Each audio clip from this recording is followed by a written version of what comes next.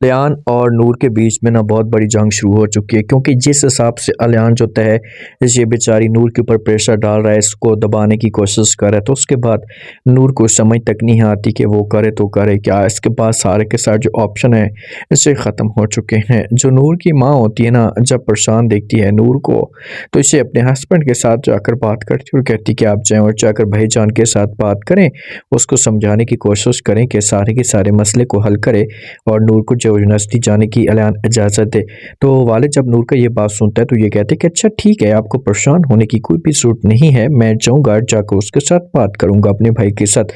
ऐसे अपने भाई के घर में जाकर डेरे जमा लेता है, जाकर बात करना शुरू कर देते हैं। कहते हैं कि भाई साहब, मुझे ये पता है कि अलियान को क्या मसला है, अगर यूनिवर्सिटी नूर जाना चाहती है, क्योंकि आखिरी सेमेस्टर है और मैं नहीं चाहता कि उसकी यूनिवर्सिटी किसी किस्म की कोई डिस्टर्ब हो। तो ये बात भाई सुनता है तो कहते हैं कि अच्छा ठीक है, आपको परेशान होने की कोई ज़रूरत नहीं है, मैं बात करता हूँ। तो ये फिर डायरेक्ट जब वो अलियान को अपने पास बुलाता है, अलियान के साथ बात करता है, अलियान को समझाने की कोशिश करता है, लेकिन अलियान जो है आगे से इनकार कर रहे। तो कहते हैं कि बस मैंने जो फैसला करना था कर लिया, नूर जो वो यूनिवर्सिटी नहीं जाएगी। ये बातें जब वालिद सुनते हैं तो वालिद बड़ा परेशान हो जाता है, कहते हैं क्यों, किस वजह से। अलियान कहते हैं कि बस मुझे अच्छा नहीं लगता है। ये अपने वालिद को साफ अल्फाज में इनकार कर दे तो कहते हैं कि नहीं, मैं इस चीज़ को बर्दाश्त नहीं कर सकता, चाहे जो कुछ भी हो, चाहे ऐसे नहीं जाएगी यूनिवर्सिटी। अगर गई तो मैं इसका शौहर हूँ, मेरा हक है और मैं अपनी मर्ज़ी के मुताबिक इसको चलाऊँगा, आप बीच में ना बोलें। वरना आगे से वालिद कहते हैं कि वरना क्या। तो फ़ौरन माँ बोल पड़ती है और कहती है कि वरना फिर ये अपने घर में चली जाए ना, फिर यहाँ पर तो ये नहीं रह सकती, इसके लिए यहाँ पर तो दरवाजे जो होंगे मुकम्मल तौर पर बंद हो जाएंगे।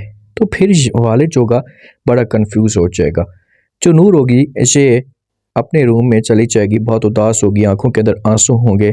जब इसे अलियान देखेगा वहाँ पर इसके जहन में बातें आती हैं, ख्यालात आते हैं। जब वालिद के साथ ये बड़े बड़ी बातें कर रही होती है, बड़े बड़े वादे कर रही होती है कि पापा जानी मैं डॉक्टर बनूंगी और मरीज़ों का, गरीबों का मुफ्त में इलाज करवाऊंगी और अच्छी सी हॉस्पिटल बनाऊंगी। जब ये सोचों में गुम होती है, टेंशन होती रहती है, में अलियान आ जाते हैं, आकर जो वो तांस करना शुरू कर देते, तो कहते हैं बस बहुत हो गया, जो फैसला मैंने करना था कर लिया, आप जो वो यूनिवर्सिटी नहीं जाएंगी। ये बातें नूर सुनती है ना, तो नूर को भी चढ़ जाता है गुस्सा और ये अलियान को कहती है कि अलियान मुझे बताओ तो सही, मैं कैसे ये कुर्बानियाँ देती रहूँगी। तो आगे से अलियान जब ये बात सुनता है तो इसके ऊपर तांस करता है और कहता है कि घर से जो भागी हुई लड़कियां होती हैं या जिनके ख़ानदान से औरतें भागी जाती हैं ना, भाग कर जाती हैं, तो उनकी कुर्बानियों को नहीं देखा जाता।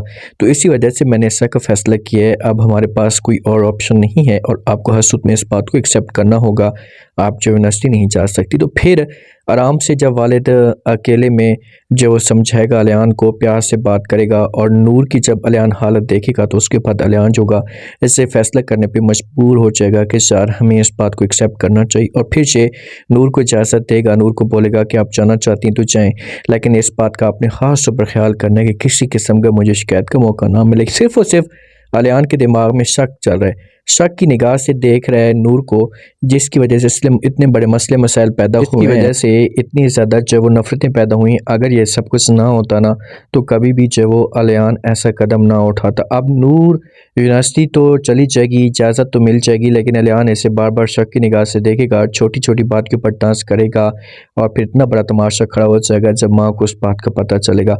माँ फिर खुल कर जो वो घर के अंदर हंगामा खड़ा कर देगी, अलियान को बोलेगी कि मैं आप लोगों को कहती थी कि आप लोग ऐसे इजाज़त ना दें, लेकिन आप लोगों ने बात नहीं मानी, आप खुद देख लें कि इसे आगे से कुल क्या खिला रही है।